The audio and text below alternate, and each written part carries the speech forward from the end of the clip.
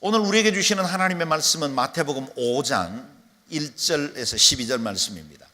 마태복음 5장, 여러분의 성경을 찾아서 읽습니다. 마태복음 5장 1절에서 12절까지의 말씀, 저와 여러분이 한 절씩 교도가여서 받들어 읽겠습니다. 이는 하나님의 말씀입니다. 그때 예수께서 많은 무리를 보시고 산에 올라가 앉으시자 그의 제자들이 다가왔습니다. 예수께서 입을 열어 그들을 가르치시며 말씀하셨습니다. 복되도다 마음이 가난한 사람들은 하늘나라가 그들의 것이다. 복되도다 슬픈 사람들은 그들에게 위로가 있을 것이다. 복되도다 온유한 사람들은 그들은 땅을 유업으로 받을 것이다. 복되도다 의에 줄이고 목마른 사람들은 그들은 배부를 것이다. 복되도다 자비로운 사람들은 그들은 자비를 받을 것이다. 복되도다 마음이 깨끗한 사람들은 그들은 하나님을 볼 것이다. 복되도다 평화를 이루는 사람들은 그들은 하나님의 아들들이라 불릴 것이다. 복되도다 의를 위해 핍박을 받는 사람들은 하나님 나라가 그들의 것이다. 복되도다 나 때문에 사람들의 모욕과 핍박과 터무니없는 온갖 비난을 받는 너희들은 기뻐하고 즐거워하라. 하늘에서 너희들의 상이 크다. 너희들보다 먼저 살았던 예언자들도 그런 핍박을 당했다. 아멘. 우리나라가 이렇게 복받고 사는 이유 중에 하나는 우리는 두 번이나 복 많이 받으시라고 축복하기 때문이 아닌가 생각을 합니다. 오늘도 우리는 복에 관한 말씀을 나누려고 합니다. 오늘 읽은 말씀은 1년 전 새해를 맞이하면서 두드림 예배에서 9번에 걸친 연속 강해로 묵상했던 말씀입니다.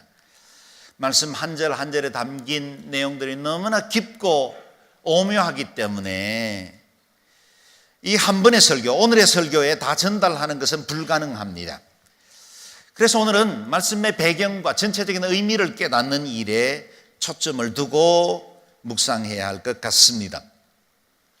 기독교, 저와 여러분이 속해 있는 이 복음 공동체의 최고의 가르침을 들라 하면 단연코 그것은 산상수훈이라 할 수 있겠습니다. 그 산상수훈을 선포하시면서 주님께서 복을 선포하셨는데 그 복이 오늘 8가지의 복으로 선포되었습니다.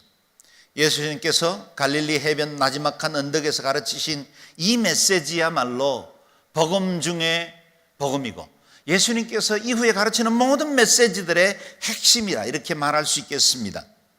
이제 이 팔복을 선포하신 그 말씀의 배경부터 살펴보겠습니다. 1절 말씀을 다시 읽어보겠습니다. 시작.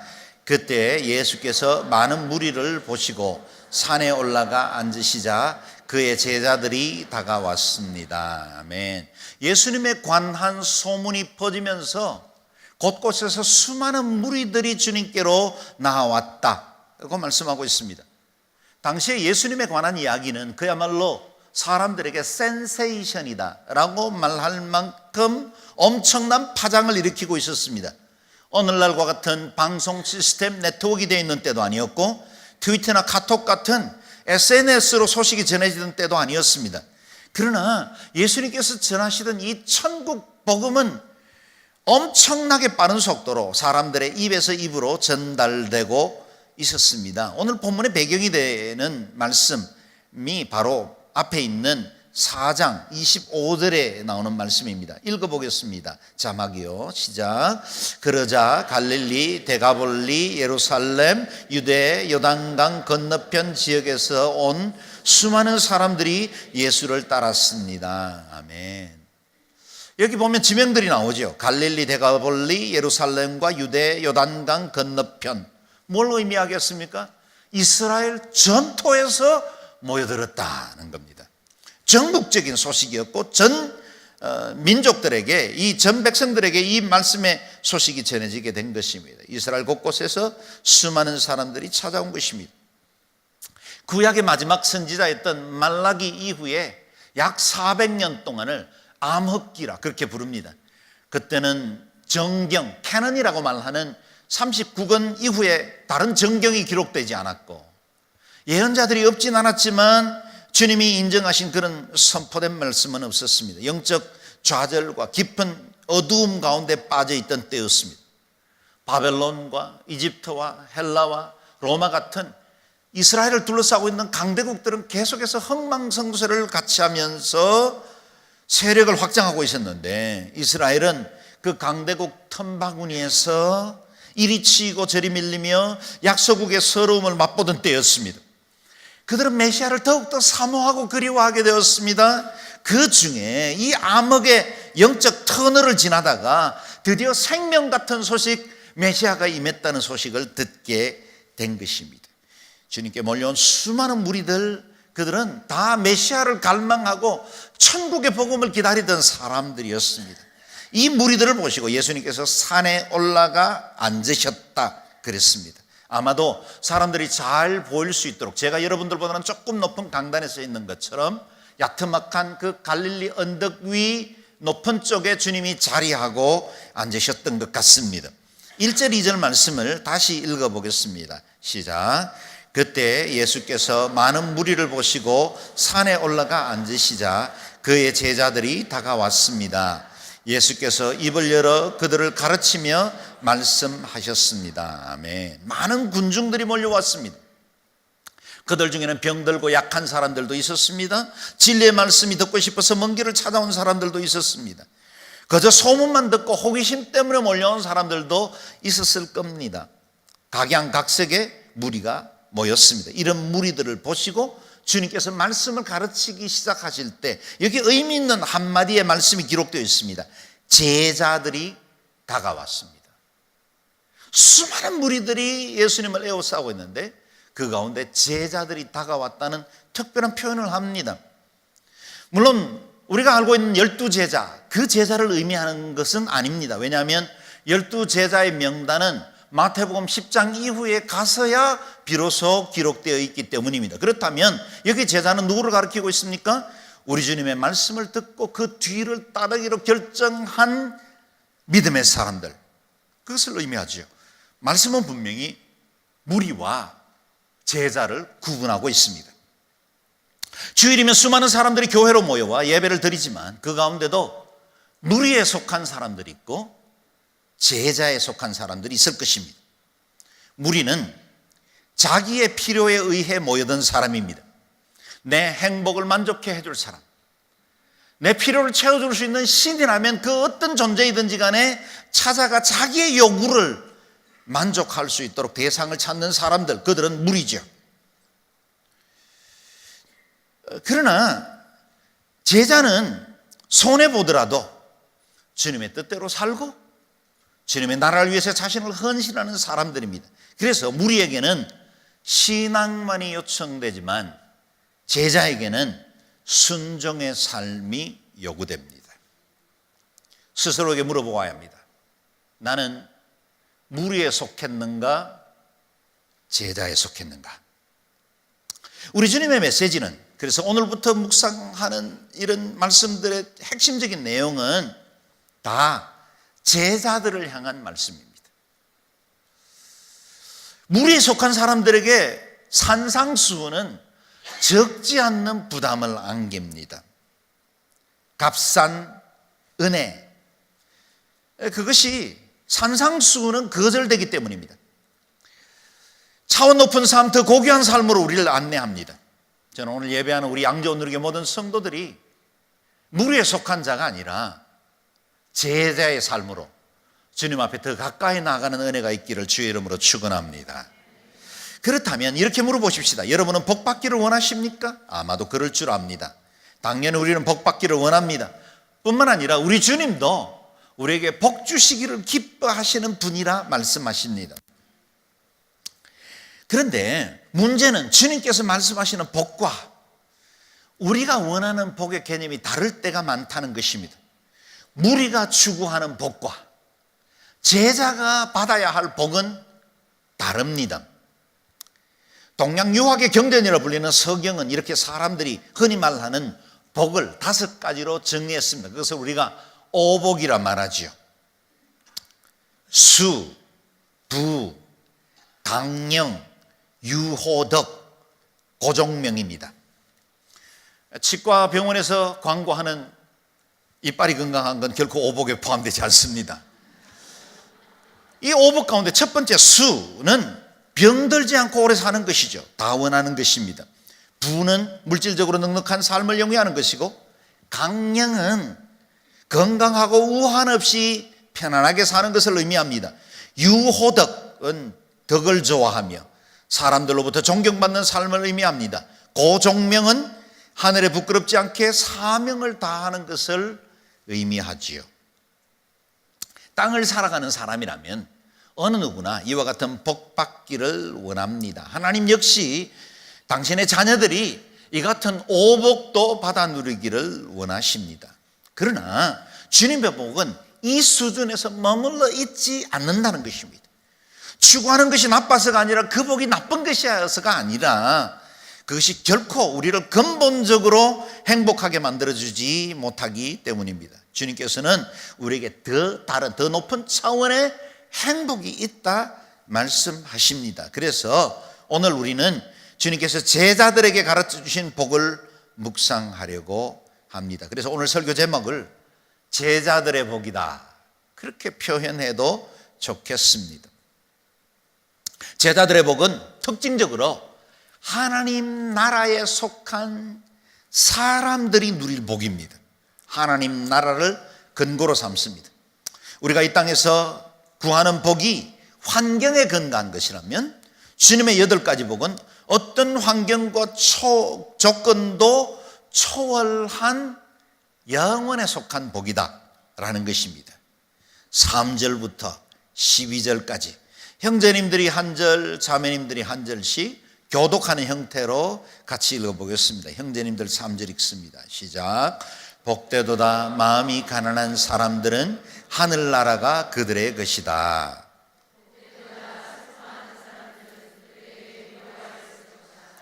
복되도다 온유한 사람들은 그들은 땅을 유업으로 받을 것이다.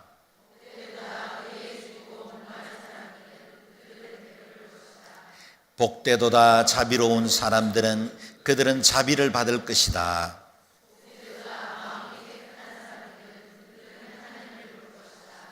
복되도다 평화를 이루는 사람들은 그들은 하나님의 아들들이라 불릴 것이다.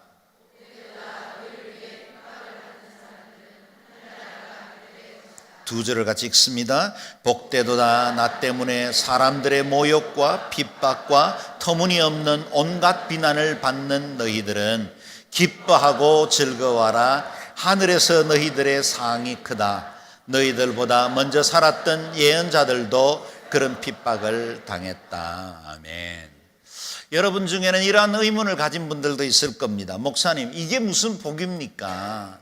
가난하고 애통하고 줄이고 목마르고 핍박받고 고난받는 것은 복이 아니라 비극적인 삶을 살아간다는 이야기겠죠.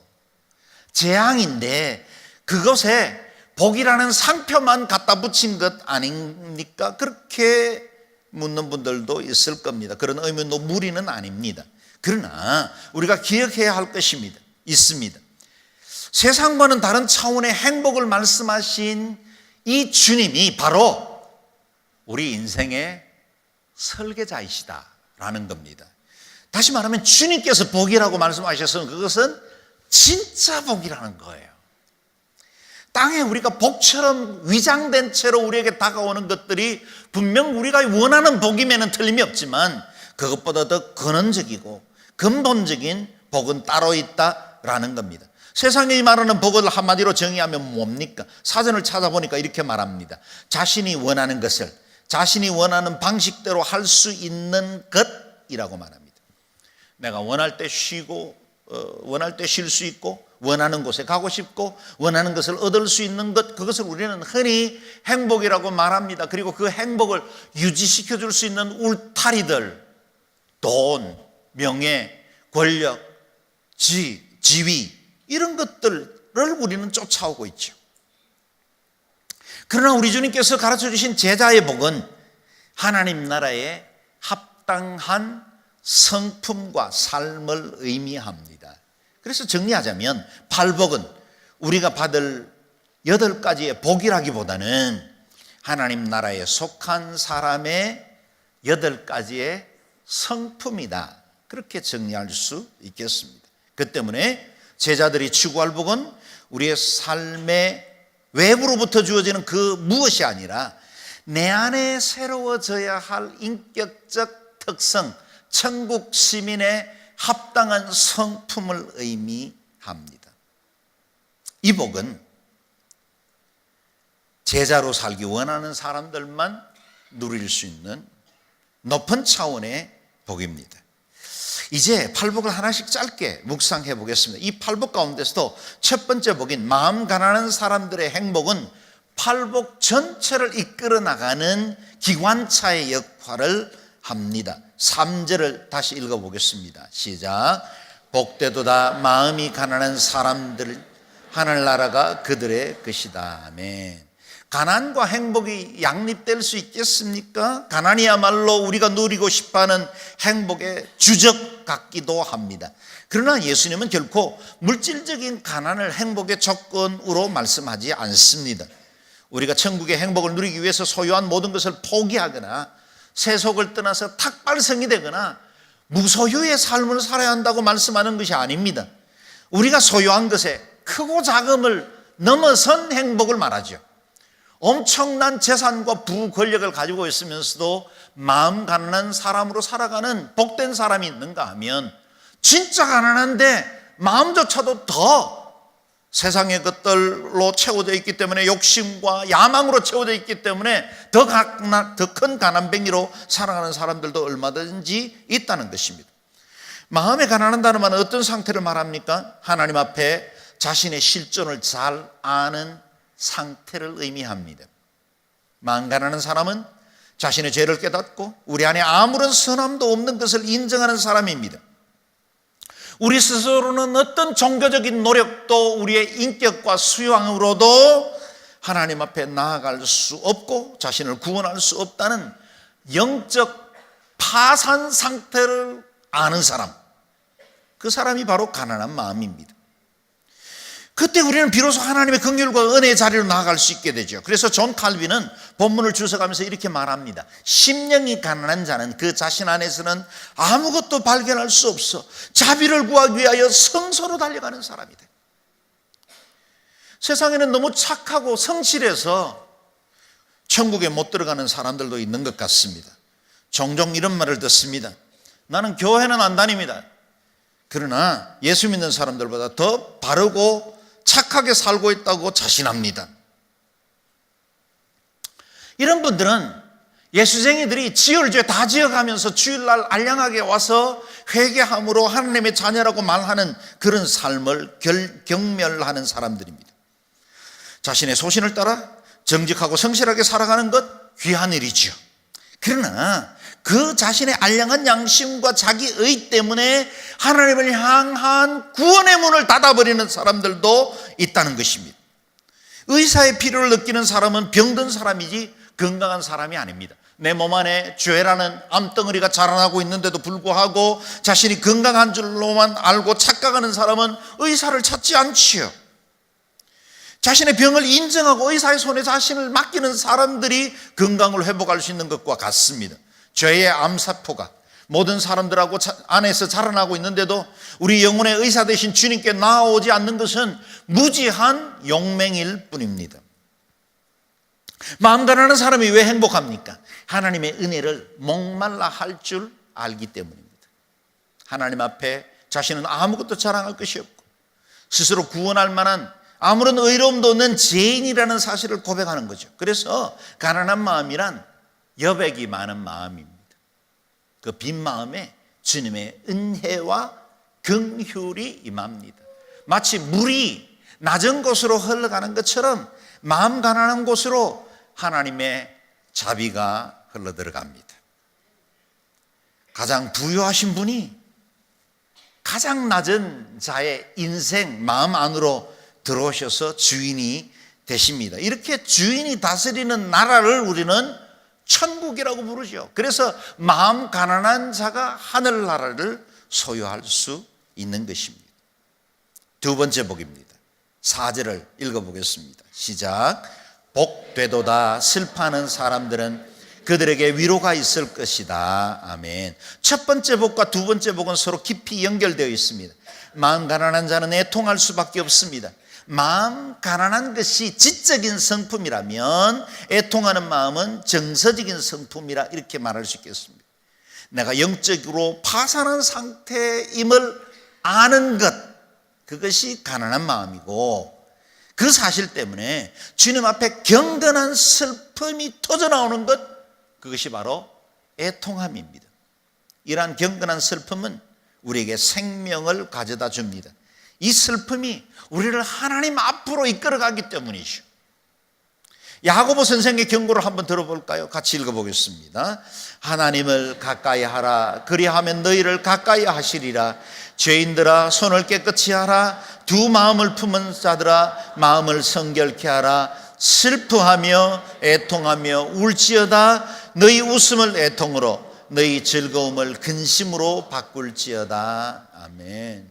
야고보 선생의 메시지는 오늘날 모든 것들을 안일하고 편안하고 쾌락을 쫓아가는 사람들을 향한 경고의 메시지가 아니겠습니까? 죄로 인해 일그러진 우리의 실존에 대해서 애통해야 합니다. 쾌락과 즐거움만을 추구하는 이기적인 세상 때문에 애통해야 합니다. 아직도 여전히 그리스도를 알지 못한 채로 죽어가는 사람들, 이 땅의 미전도 종족들 때문에 애통해야 합니다. 복되도다. 슬퍼하는 사람들, 그들은 하늘의 위로가 있을 것이라고 말씀하십니다.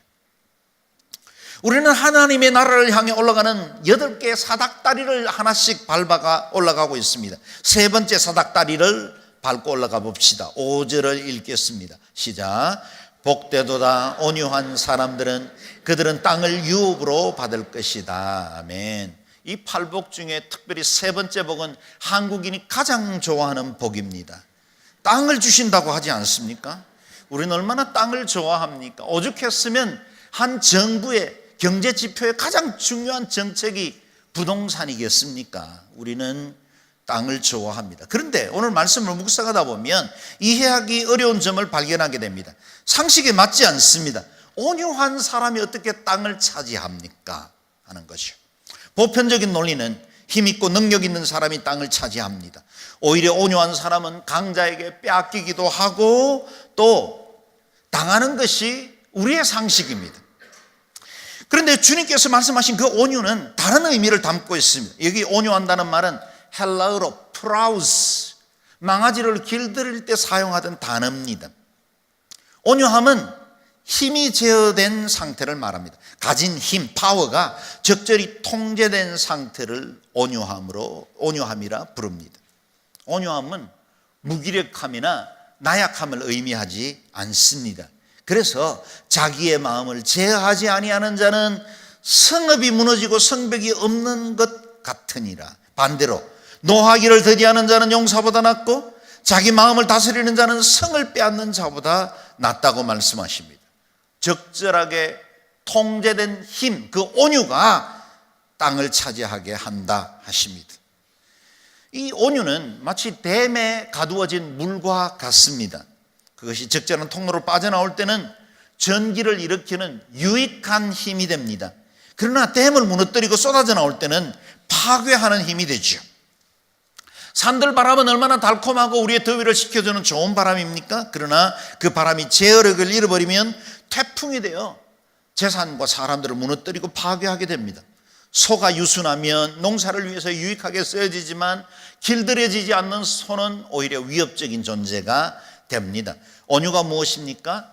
통제된 힘입니다. 온유는 비겁함도 자신감의 결여도 아닙니다. 자신의 모든 경험과 지식 능력을 하나님 앞에 즐거이 통제되기를 기뻐하며 내어 맡기는 것, 그것이 바로 온유함입니다. 예리한 칼날을 소유하고 있지만 인격의 칼집에 들어있는 상태를 말하죠. 진정으로 예리한 칼날을 만약에 여러분이 가지셨다면 그것이 지성의 칼날이거든, 능력의 칼날이거든, 돈과 지위의 칼날이거든, 그것은 그것보다 더 훌륭한 인격이라는 칼집 안에 꽂혀 있어야 합니다. 그리고 자신을 위해서는 결코 그 칼을 뽑지 않는 자, 그가 온유한 사람입니다. 우리 예수님의 온유는 참혹한 십자가를 앞둔 겟세마네 동산에서 드러났지요. 나의 원대로 마옵시고 아버지의 원대로 하옵소서.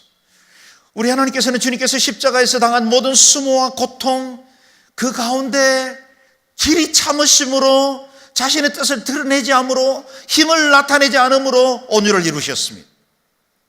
하나님 앞에는 티끌 만한 존재도 못 되는 인간에게 조롱받으시고 침뱉음을 받으시고 모욕과 멸시를 겪으셨습니다.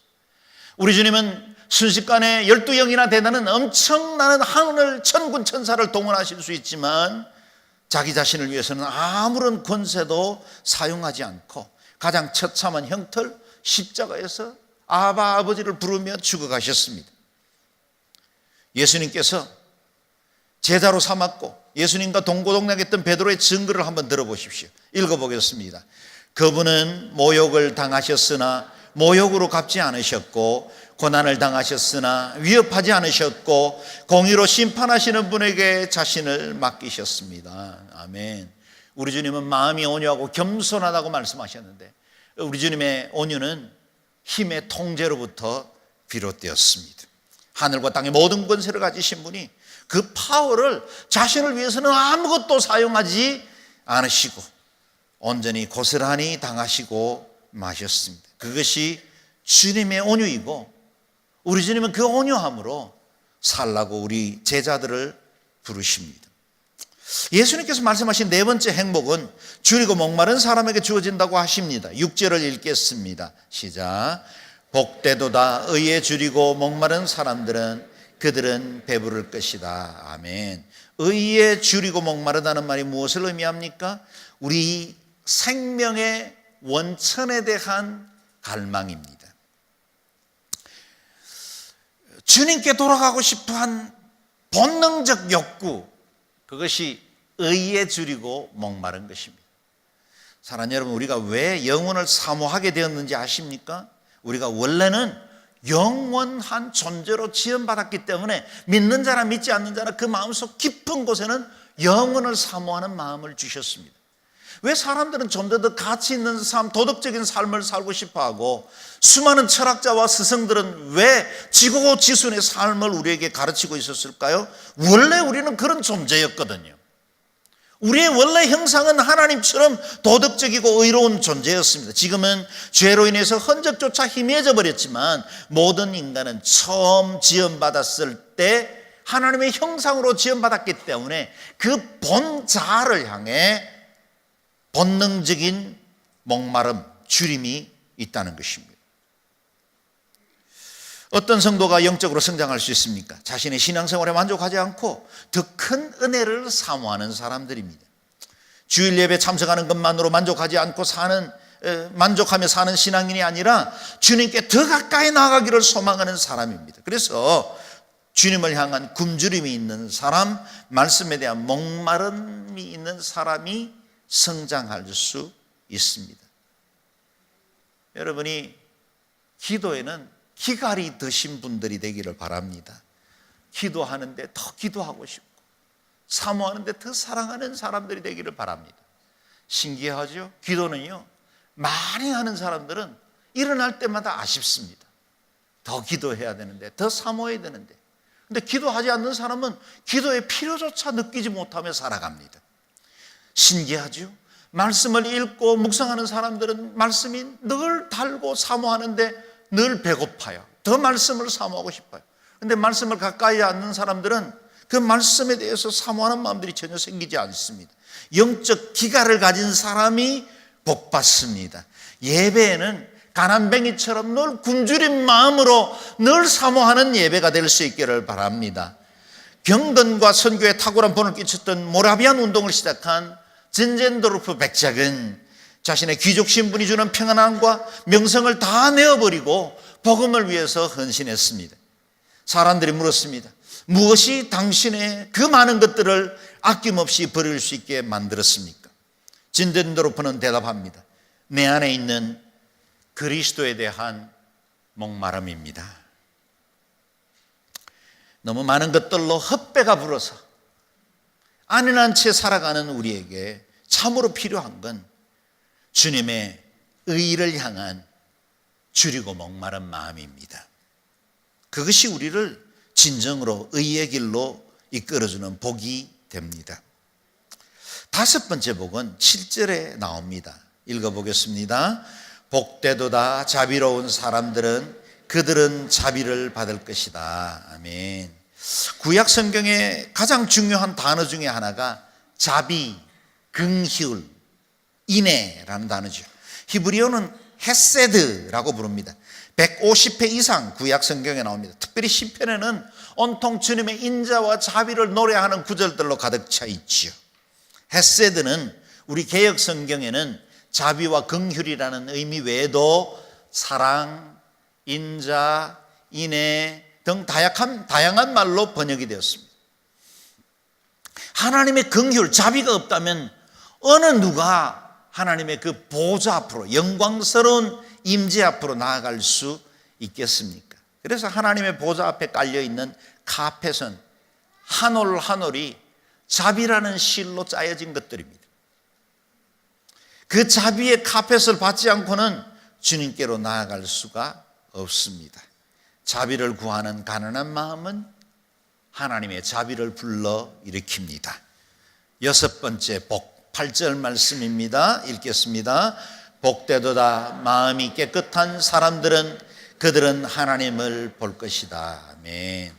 노인이 되면 자주 일어나는 눈의 질병 중에 하나가 백내장이라 합니다. 나이가 들거나 눈 속에 염증이 생기면 깨끗해야 할 수정체가 무언가 낀 것처럼 사물이 희미하게 흐려져서 잘 보이지 않는 거죠. 이걸 백내장이라고 말합니다. 우리의 영적 삶에도 시야를 흐리게 하는 백내장이 있습니다. 그것이 바로 죄입니다. 세속의 즐거움이죠. 오늘 말씀은 우리의 영적 백내장을 치유하라는 처방입니다. 의로우신 하나님 앞에 깨끗한 사람이 누가 있겠습니까? 죄로 인해 타락하고 우리의 마음이 더러워져 있고 자아상이 일그러져 있죠. 그래서 우리는 어느 누구도 우리의 눈을 가지고는 하나님을 제대로 바라볼 수가 없습니다. 마치 더러운 유리창을 통해서는 아름다운 세상을 제대로 볼 수 없는 것과 같이 죄인의 심상을 통해서는 의로우신 하나님을 절대로 볼 수가 없습니다. 그러므로 우리의 힘으로는 하나님을 볼 수 없다고 인정하는 것이 출발점입니다. 하나님을 보고 싶습니까? 깨끗한 마음을 가져야 합니다. 죄를 멀리해야 합니다. 영적 백내장을 경계해야 합니다. 마음이 깨끗한 사람은 하나님을 볼 것이라 말씀하십니다. 이것은 육신의 눈으로 하나님을 본다는 의미가 아닙니다. 육체로는 하나님을 볼 수도 없고 오히려 만약 육체의 눈으로 하나님을 본다면 그 자리에서 우리는 즉사하고 말 거예요. 하나님을 본다는 말은 곧 창조주 하나님의 그 영광을 본다는 의미입니다. 십자가를 통해서 정결함이 없이는 하나님의 거룩을 볼 수 없습니다. 요한 1서 3장 말씀을 같이 읽어보겠습니다. 시작. 사랑하는 여러분, 이제 우리는 하나님의 자녀들입니다. 우리가 어떻게 될지는 아직 모르지만 그리스도께서 나타나시면 우리도 그분과 같이 될 것임을 우리는 압니다. 우리가 그분을 있는 모습 그대로 볼 것이기 때문입니다. 누구든지 그분을 향해 이 소망을 가진 사람은 그분께서 정결하신 것처럼 자신을 정결하게 해야 합니다. 자신을 정결케 하는 그들이 하나님을 볼 것이라 말씀하십니다. 저와 여러분의 속사람이 하나님의 영광과 거룩을 볼 줄 아는 정결한 사람이 되시기를 주의 이름으로 축원합니다. 아멘. 예수님께서 선포하신 일곱째 행복은 평화를 만드는 사람이다 하는 겁니다. 9절 말씀을 읽어보겠습니다. 복되도다 평화를 이루는 사람들은 그들은 하나님의 아들들이라 불릴 것이다. 아멘. 평화를 이루는 사람, 피스메이커라고 말할 수 있겠죠. 그들이 바로 하나님의 아들이라 부를 것이라 말합니다. 여러분, 우리는 이미 예수 그리스도를 믿는 그 순간 하나님의 아들, 딸들이 됩니다. 이미 하나님의 아들, 딸인데 평화를 이루는 사람이 하나님의 아들들이라 불릴 것이라는 뜻이 무엇일까요? 그것은 우리가 평화를 이 땅 가운데 이룰 때 진정으로 당신은 하나님의 자녀이군요 라고 인정받는다라는 겁니다. 이 세상 사람들은 저 사람은 진짜 예수쟁이다 라고 인정할 때, 그것은 언제입니까? 저와 여러분이 peacemaker, 평화를 이룰 때입니다. 사람들이 보면 인생은 고달프고 힘들게 살아가는 것 같고 세상적으로 누릴 만한 것들 다 박탈된 것 같이 살아가는데도 그 마음속에 평강이 있고 남들이 알지 못하는 비밀한 기쁨을 누리고 있으면 사람들은 역시 예수 믿는 사람이 뭔가 다르구나 그렇게 말합니다. 다른 사람이면 이미 화를 내고 사람들 사이에서 분란을 만들어야 마땅한데 그것을 참고 스스로 인내하면 그는 하나님의 사람이구나 그렇게 인정합니다. 그 사람을 찾아가면 왠지 마음의 위로가 되고 마음의 안정감을 누릴 수 있을 것 같습니다. 속 사정을 다 털어놓아도 다른 데 절대로 옮기지 않을 것 같고 나를 정말 격려해 줄 것 같은 사람, 그 사람이 평화를 만드는 사람들입니다. 그 사람이 들어가면 관계가 회복되고 부서의 분위기가 바뀝니다. 그 사람이 있는 곳에는 왠지 평화가 감돕니다. 그런 사람이 있을 때 우리는 그는 평화의 사람, 곧 하나님의 아들들이다 그렇게 불림을 받는다는 것입니다. 그 무엇보다 우리가 평화를 위해서 살아갈 때 주님께서 우리를 평화의 사람, 하나님의 아들들로 인정해 주십니다. 참으로 너는 나를 닮았구나. 남침내교 신학교 교수였던 브로더스는 세상에서 화평케 하는 일보다 더 하나님을 닮은 일은 없습니다 그랬어요. 우리 하나님은 평화의 왕이죠. Prince of Peace, 평화의 왕이십니다. 그를 믿고 따르는 사람들도 마땅히 평화의 사람이 되어야 합니다. 마지막 8번째 복 묵상하겠습니다. 10절에서 12절 말씀입니다. 복되도다 의를 위해 핍박을 받는 사람들은 하늘나라가 그들의 것이다. 복되도다 나 때문에 사람들의 모욕과 핍박과 터무니없는 온갖 비난을 받는 너희들은 기뻐하고 즐거워하라. 하늘에서 너희들의 상이 크다. 너희들보다 먼저 살았던 예언자들도 그런 핍박을 당했다. 아멘. 우리 중에 어느 누가 사람들로부터 모욕받고 핍박받는 삶을 살고 싶겠습니까? 오히려 이 땅을 사는 동안 그런 험한 일 당하지 않고 사는 것이 우리의 바람이기도 하죠. 그러나 주님은 핍박받는 삶이야말로 참으로 복된 인생이다. 그래서 이 8개 복 중에 2번이나 복되도다 복되도다 반복한 건 8번째 복밖에 없습니다. 그것은 최고의 가치를 위해서 살아가는 인생이기 때문입니다. 이 같은 핍박이나 조롱들은 알곡과 가라지, 진짜 믿음과 가짜 믿음을 구별해내는 하나님의 체질이기도 합니다. 평온할 때 모든 것이 뜻대로 이루어질 때는 구분이 안 됩니다. 환란의 불이 닥치면 정금으로 단장된 신앙은 남을 겁니다. 지푸라기로 만든 세상의 도덕과 인간의 즐거움으로 만든 그 신앙은 다 불살라지고 말 것입니다. 청교도 시대의 위대한 설교자 토마스 왓슨은 말했습니다. 가짜 성도는 예수님을 따라 감난산까지는 갈 수 있다. 그러나 골고다까지는 갈 수 없다. 지금 우리가 경계해야 할 것은 고난 없는 영광을 얻고 싶어하는 유혹입니다. 예수님을 위해서 살 때 당할 핍박이 두려워 신앙의 회색지대에 머무는 사람들도 적지 않습니다. 지난 설 연휴에 여러분이 만났던 친지들과 여러분이 가지고 있는 그 복음은 얼마나 나누어졌습니까? 여러분이 사랑하는 그 예수님, 여러분 안에 있는 그 그리스도의 말씀이 믿지 않는 사람들에게 얼마나 자신 있게 담대하게 나누어졌습니까? 신앙의 회색지대에 머뭇거리다가 이 설 연휴 다 보낸 건 아닙니까? 고난과 십자가는 거절하고 축복과 소원 성취만 원한다면 그 신앙은 편향된 뷔페식 신앙입니다. 먹고 싶은 것, 원하는 것만 골라먹는 신앙생활입니다. 누가 고난받는 것을 즐거워할 사람이 있겠습니까? 그러나 사도 바울은 그 믿음의 아들 디모데에게 권합니다.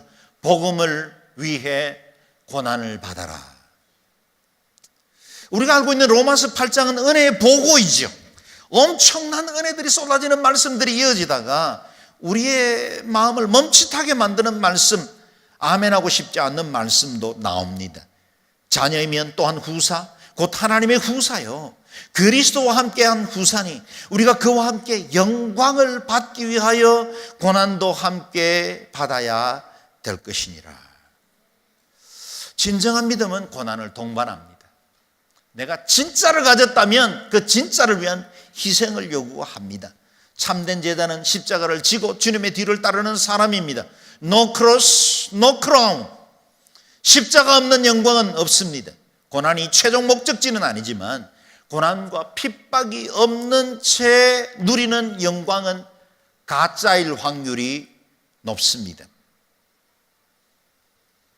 그래서 주님은 복되도다 의를 위해 핍박받는 사람이라 말씀하신 것입니다.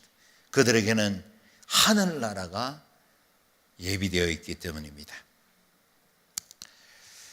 팔복을 자세히 살펴보면 앞에 4개와 뒤에 4개의 복은 서로 조화를 이루고 있다는 사실을 알게 됩니다. 4개의 복이 하나님 앞에 우리가 가져야 할 성품 쪽에 초점을 맞췄다면 나머지 4가지는 다른 사람들에게 복이 되도록 우리에게 허락하신 복이다. 그래서 첫 4개의 복을 가진 사람이 나머지 4개의 복을 이룰 수 있습니다.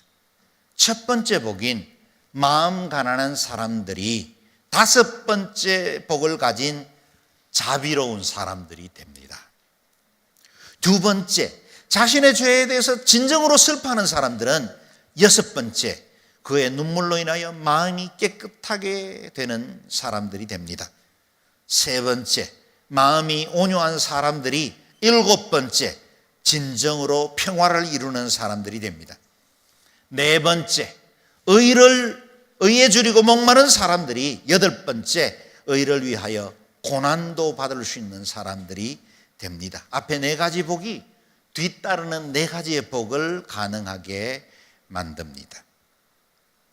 주님 말씀하시는 행복 사다리는 위로 한 계단씩 올라갈수록 점점 더 난이도가 높아집니다. 틀림없는 사실 중에 하나는 저와 여러분이 믿고 있는 이 기독교 복음신앙은 결코 편안한 종교로 우리를 안내하지 않습니다. 영원하고 완전한 복을 얻는 유일한 길이지만 결코 기복적인 종교가 아닙니다. 구원을 얻는 일은 너무나 쉽고 단순하지만 결코 값싼 은혜를 가르치지 않습니다. 이유가 있습니다. 저와 여러분이 믿고 있는 이것은 참 진리이기 때문입니다. 사랑이 진짜이면 수고와 헌신이 따르지 않을 수 없습니다. 이것이 진짜 행복이라면 높은 차원의 윤리를 요구하는 것이 너무나 당연합니다. 저와 여러분은 제자의 복, 하나님 나라의 복으로 초대되었습니다. 이 땅이 아니라 하늘나라에 합당한 성품을 갖추어 영원한 복에 이를 때까지 날마다 이 8가지 성품을 이 땅 가운데 이루어 나가는 자로 사시기를 주의 이름으로 축원합니다. 아멘. 같이 기도하겠습니다. 기도할 때 하나님, 오늘 말씀하신 이 8가지의 복이 제가 누리는 복이 되게 하시고, 제가 그동안 무리에 속했다면 이제 제자의 삶으로 살게 하셔서 더욱더 하나님 기뻐하시는 온전한 성품을 소유하게 하여 주옵소서. 통성으로 기도하겠습니다.